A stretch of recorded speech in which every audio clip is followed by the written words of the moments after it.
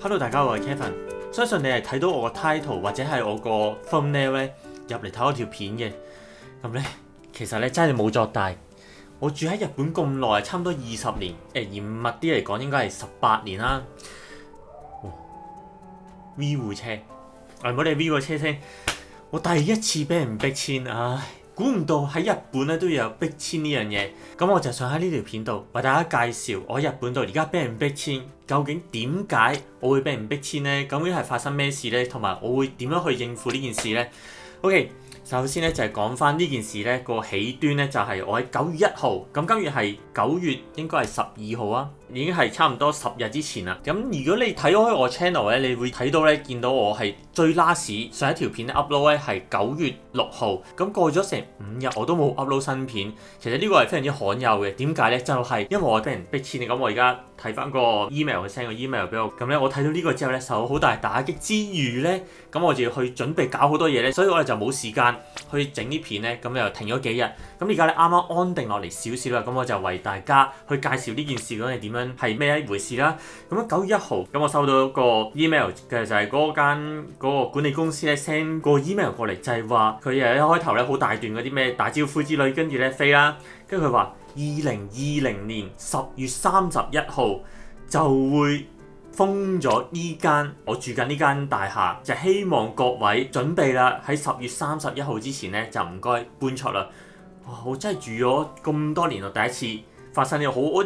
搬屋咧基本上係我係翻大學去咗另外一個地方，咁我要搬啊，或者係再翻嚟東京跟住再搬屋啊，同埋或者係因為啲屋租太貴，咁我搬啲平啲嘅，通常都係我自己去決定去搬屋嘅啫。第一次因為嗰間管理公司就話你要封呢個單位，搞到我要搬屋。我第一次見日本咧，我嗰啲朋友啊之類嗰啲全部未聽過，第一次聽，呢個真係正啊！咁我相信呢件事過咗幾個月或者過咗幾年之後睇翻嚟咧，就覺得啊呢個好好嘅經驗，好好嘅經歷啦。但係而家咧真係好騰，即係好頻撲要。咁呢件事係點咧？首先我就講翻我係住喺咩地方啦。咁其實我咧從來冇講我係住喺邊度嘅。咁我而家就講我哋而家住喺邊度。咁我而家準備咗有稿喺度，咁我一路睇一路講俾你聽啦。咁而家住喺個建築物咧就係 social residence kamada， 依類似 share house 咁嘅形式嘅嘢嚟嘅。但係咧係好大棟，呢棟嘢咧有260個單位嘅，有啲單位係可以住2個人嘅，可能差唔多成300人喺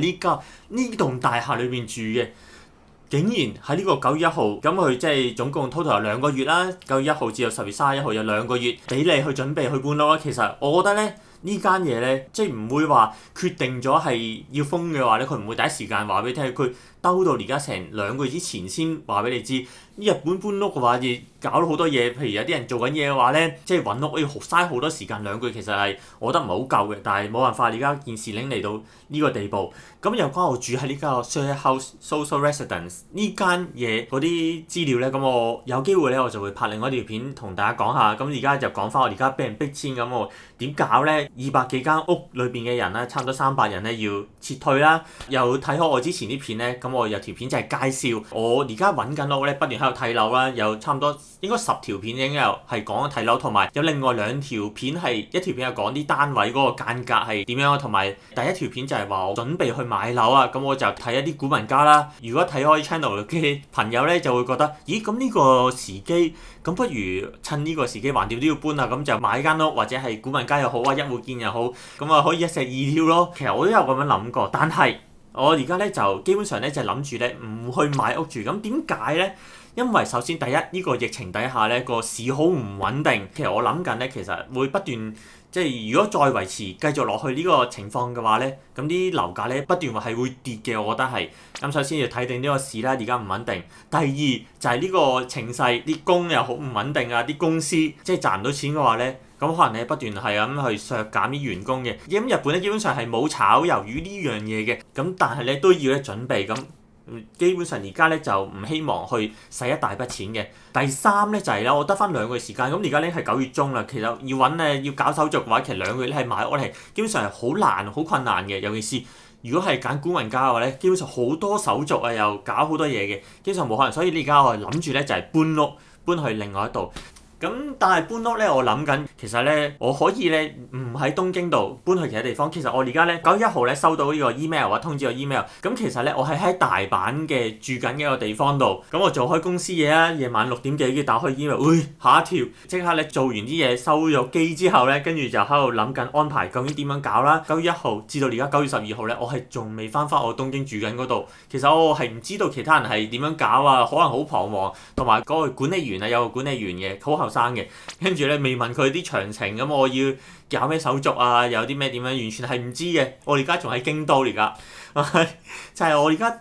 我真係你唔知點樣搞啊，好困難而家。跟住咧點講？下一個 point 係講咩咧？日本嗱，咁而家就話我第一次經歷呢個被逼遷啦，但係咧日本咧就唔會話衰格得好衰嘅，就係話即係我而家係已經係唔可以再租俾你咁，你自己搞掂咧。咁佢又唔會咁衰嘅。首先又講翻佢有啲咩安排。咁喺講呢間公司咧點樣去 follow up 住喺我哋而家呢棟樓嗰啲人之前咧，咁其實我想講翻呢個我住緊呢個 social residence 咧。咁其實咧係呢間公司咧，全國有28棟嘅，即係通常都係有100幾200人以上嘅。我哋而家住緊呢一棟咧，其實係日本全國裏邊最大規模嗰一間嚟嘅，260個單位。其實咧呢個刪咗咧，其實咧我諗相信住呢個 social residence 呢啲人咧，其實咧都會覺得好詫異。其實同埋咧呢棟嘢啊，原來唔係佢嗰間公司咧。租個公司擁有嘅，佢呢度個 email 裏邊咧講明啦，就係話咧，原來佢都係租人哋嘅。咁咧可能你講數講唔掂啊，講啲價錢講唔掂咧，呢間 share house 嘅公司咧就去租人哋嘅地方啦，但係人哋你已經係唔租俾佢啦，咁佢所以搞到咧要全部撤退。咁呢個係一個問題之餘咧，咁竟然咧喺呢個時勢度咧，嗰個即係擁有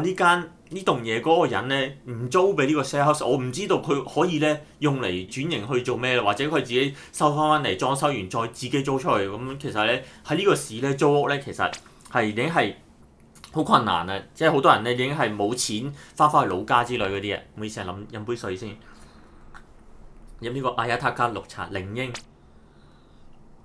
OK，咁你講翻佢點樣 follow up 啦？第一，咁佢呢間 share house 公司咧，除咗有28棟呢啲 social residence 之外咧，佢全國有好多 share house，有啲平時我哋住開一個單位咁樣，咁放2個人或者3個人住嘅，即係啲好細規模嘅，淨係得一個單位嘅啫。另外我哋做呢啲 social residence，佢成棟大廈100幾200個單位，就有28棟啦。咁佢就話俾你聽啦，你想去喺呢間公司裏邊其他嘅 social residence 又好啊，其他 share house 嘅細嘅單位又好咧。如果你搬屋嘅話咧，佢會做翻半年嘅 discount 俾你。雖然咧佢就係話咧 follow 都係 follow 翻，即係做翻呢個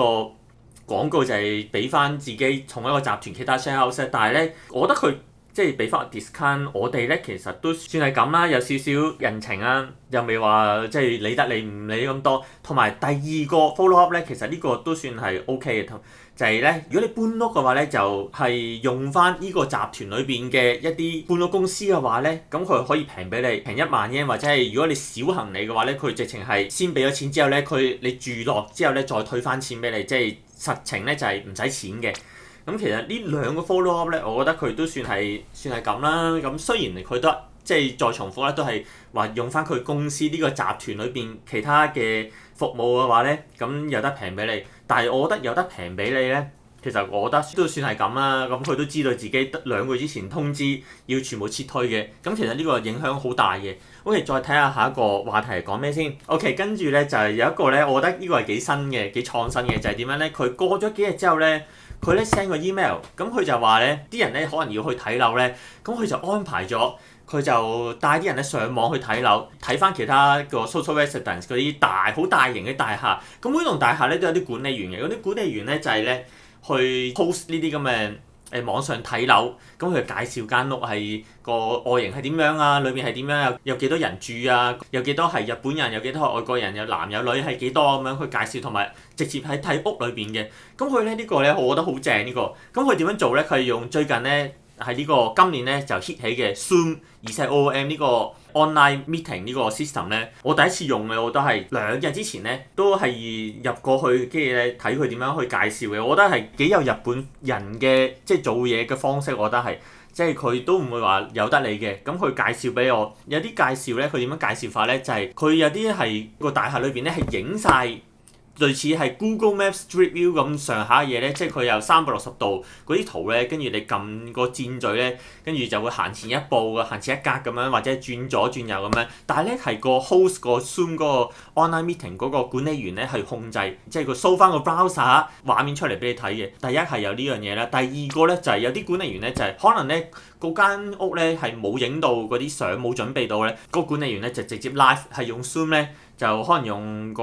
啲 smartphone 咧咁樣一路影，跟住話我呢度就係嗰間屋，跟住呢度就係點樣，跟住有問題咧就喺個 chat 度你打出嚟，跟住我就答。我覺得呢個佢用翻 online meeting 咧，用 Zoom， 首先用 Zoom 呢個你係配合翻呢個國際嘅 channel 咧，咁我覺得算係 OK 呢個。即係唔係日本咧，其實有啲好奇怪嘅，仲係用緊 Face 嘅，仲係呢個公司咧用 Zoom 咧，其實我覺得 OK 嘅。咁其實咧，我而家覺得有少少彷徨要揾屋。咁其實我而家9月12號呢個時候咧，我仲係未揾到屋嘅。咁我而家喺京都好彷徨，我就而家其實咧，你係開始準備緊揾屋㗎啦。其實已經咁，我就想喺另外一條片，因為而家呢條片我覺得已經係差唔多係接近10分鐘嘅話咧，太長咧，咁我就分去另外一條片，就講下我點樣喺京都度去揾屋。咁我可能去揾去大阪啊，或者京都，或者揾翻東京嘅。其實我而家仲未有決定嘅。咁我就想喺第二條片咧就介紹我去揾屋。咁如果咧你睇開呢個 channel 睇開啲片咧，如果你喺對日本租屋嘅話，你對租屋啲手續啊，或者有啲咩使費啊，或者有啲咩注意事項，如果你係有啲問題問我嘅話咧，你可以留言發問啊，或者去我 Facebook 度發問啊，我會喺拍片另外一條片咧，我喺片裏邊再回答你啊，或者如果係片裏邊回答唔到你嘅話咧，我會回翻你個留言嘅。OK， 呢條片就係呢度啦。唉，真係好煩惱。咁咧，我而家就去剪片，跟住就 upload 呢條片啦。咁希望咁應該喺下1、2條片咧，我就會講翻俾你聽，我喺京都呢度點樣揾屋嘅。下條片再見，拜拜。咁希望你俾個 like 支持我，或者係訂閱我 channel 啦，拜拜。